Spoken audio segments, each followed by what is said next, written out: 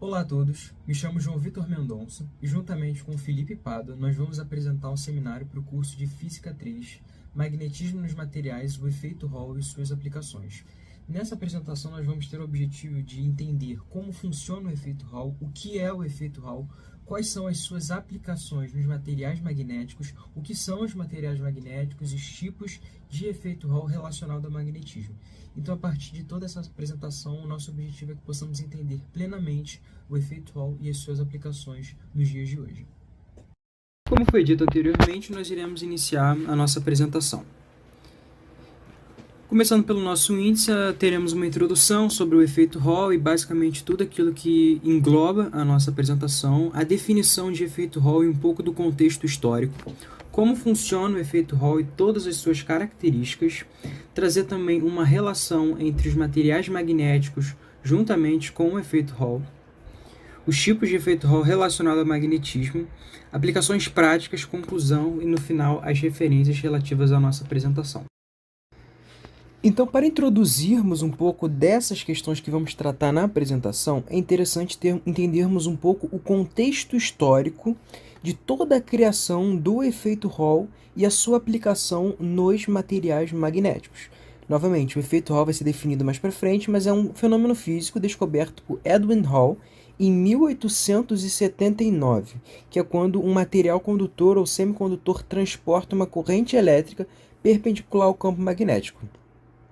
Edwin Hall, um físico americano, identificou o fenômeno enquanto estudava no seu curso de doutorado. Ele era um estudante de doutorado da Universidade Johns Hopkins, nos Estados Unidos.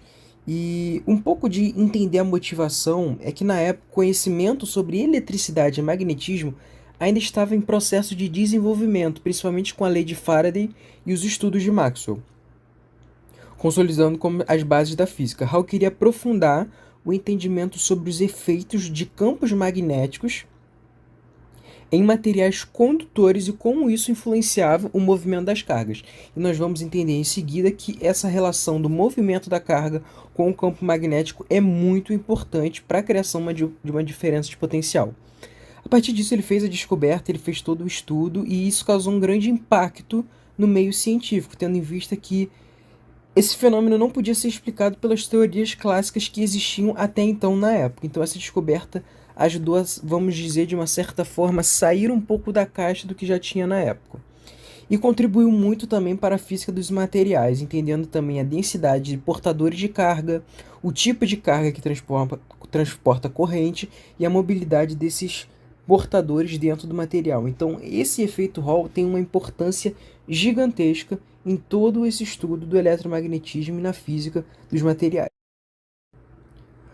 Agora, para aprofundarmos e entendermos melhor o que é o efeito Hall, além disso também é interessante ver quem é o Edwin Hall, que é essa foto aí coberta ao lado, é interessante entender que essa descoberta marcou um ponto de virada na compreensão da interação entre corrente elétrica e campos magnéticos. Então, basicamente, para a gente entender o que é o efeito Hall, a gente traz a seguinte definição, que quando uma corrente elétrica passa por um condutor, seja ele um fio condutor ou um fio semicondutor, e é exposta a um campo magnético, é interessante que saibamos qual é o sentido do campo magnético para que possamos tirar as conclusões corretas.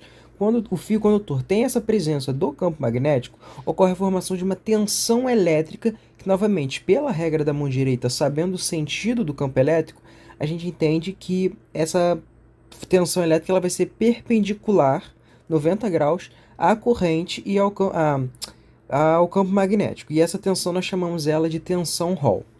E por que é importante o efeito Hall em si? Para medir campos magnéticos de maneira precisa.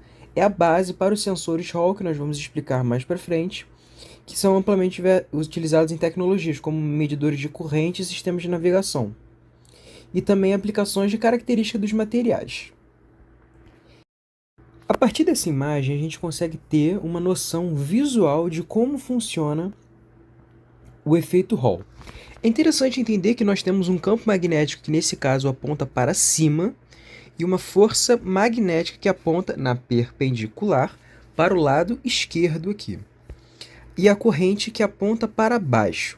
A partir disso, a gente consegue entender o seguinte, que como existe essa corrente que atravessa o material esse fenômeno acaba criando essa voltagem ao fluxo da corrente elétrica, chamado voltagem Hall. Quando os elétrons se movem, ou seja, essa corrente elétrica está fluindo em um condutor, ele sofre uma força chamada força de Lorentz, que vai desviar as suas trajetórias. E essa força ela é descrita pela fórmula de F, que a gente já conhece, que a força é igual a Q, que é a carga do elétron, vezes a velocidade média do elétron, vezes o campo elétrico. Com isso, ocorre um acúmulo de cargas, ou seja, os elétrons desviados eles se acumulam de um lado desse fio condutor, criando uma separação de cargas. Então, nós temos aqui desse lado as cargas negativas e as cargas positivas, criando, então, uma diferença de potencial dentro do fio. Contudo, o acúmulo dessas cargas cria um campo elétrico interno que, eventualmente, vai igualar com essa força de Lorentz, essa força magnética. Podendo, então, nós igualarmos a fórmula da força elétrica com a força magnética, que seria o Fe é igual a Fb, que, como resultado, teríamos que a força elétrica, o campo elétrico, vai ser igual a velocidade, o módulo da velocidade, vezes o campo magnético. Bom, agora que a gente já entendeu como funciona o efeito Hall, a gente vai poder entender o que são e como funcionam os materiais magnéticos. E bom, o que define essas propriedades é o alinhamento dos momentos magnéticos. E cada material possui um diferente alinhamento. Com isso a gente gera diferentes tipos de materiais magnéticos, como paramagnéticos, diamagnéticos, antiferromagnéticos e ferrimagnéticos. Começando pelos ferromagnéticos, estes possuem fortes dipolos magnéticos, podendo ser facilmente magnetizados. E bons exemplos são ferro, cobalto e níquel, que possuem alta permeabilidade magnética. Então a gente chega nos paramagnéticos, que têm dipolos magnéticos, mas sua interação com o campo magnético é mais fraca. E como exemplo a gente pode usar o alumínio e a platina. Já os diamagnéticos não possuem dipolos magnéticos próprios, mas geram uma fraca magnetização oposta ao campo aplicado, como exemplo o cobalto e o grafite. Os antiferromagnéticos possuem momentos magnéticos individuais nos átomos que se alinham em direções opostas, cancelando-se mutuamente. E como exemplo a gente tem o óxido de ferro e o manganês. E para finalizar, os ferrimagnéticos são muito semelhantes aos ferromagnéticos, mas os momentos magnéticos não são completamente alinhados, o que resulta em um magnetismo líquido menor. Como exemplo, a gente tem as ferritas, que são compostos cerâmicos utilizados em eletrônicos.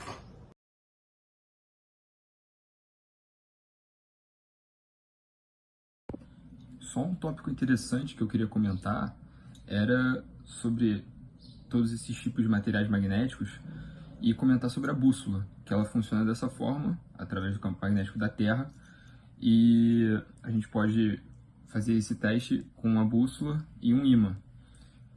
Aqui a gente vê a bússola naturalmente apontando para os polos magnéticos da Terra. Vamos até alinhar aqui para poder ter uma análise melhor. E quando eu aproximo o ímã, vocês vão ver que ele vai se alterar.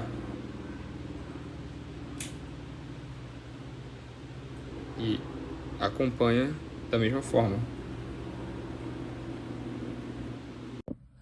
E além disso, a gente pode conferir a diferença entre materiais imantados e não imantados, os temporários, que funciona da forma que você transferir o campo magnético de um material magnético para um material metálico não magnético.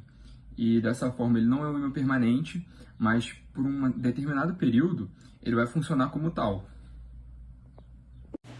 A gente percebe que, por exemplo, quando eu aproximo a tesoura do clips, nada acontece. Mas se eu esfrego o ímã para depois aproximar, o clipe se acompanha. E é dessa forma que funciona.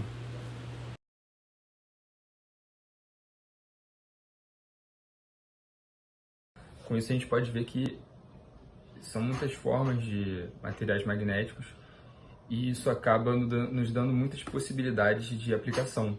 que é o que a gente vai poder ver agora, que o quanto isso é presente nos dias de hoje, não só como algo recente, mas como sempre foi usado no desenvolvimento tecnológico ao longo dos anos. Bom, e agora que a gente já entendeu também como funcionam os materiais magnéticos e a gente teve a introdução do efeito Hall, a gente vai poder conectar os dois conceitos que a gente aprendeu. Como a gente pode ver aqui, os materiais magnéticos desempenham um papel essencial no efeito Hall, pois a interação entre os portadores de carga elétrica, como elétrons, e o campo magnético determina a magnitude e o comportamento da tensão de Hall gerada, que é justamente a tensão magnética que a gente vai visualizar como o efeito físico do que a gente está estudando. E quando a gente chega em aplicações práticas, a primeira coisa que a gente vê aqui no slide é o sensor de Hall, que é justamente para medir campos magnéticos de forma precisa. E esses sensores convertem a tensão Hall gerada por uma interação com o campo magnético em um sinal elétrico. Já a espintrônica ela é um pouco mais distante da nossa realidade. Ela funciona a partir do efeito Hall-spin e é central para a espintrônica, de forma que um campo emergente manipula os spins dos elétrons em vez de suas cargas. E ele é utilizado para criar dispositivos de armazenamento e lógica mais eficientes e com menor consumo de energia. E por último, para a instrumentação científica, na forma que o efeito Hall também é utilizado em instrumentos científicos para analisar propriedades de novos materiais, com a medição da densidade de portadores de carga e a caracterização de propriedades magnéticas e eletrônicas. Bom, com isso a gente chega na conclusão que, de fato, o efeito Hall é um fenômeno fundamental e tem a vasta aplicabilidade. Ele sempre foi muito utilizado no desenvolvimento tecnológico desde sua descoberta e vem sendo um pilar para a inovação.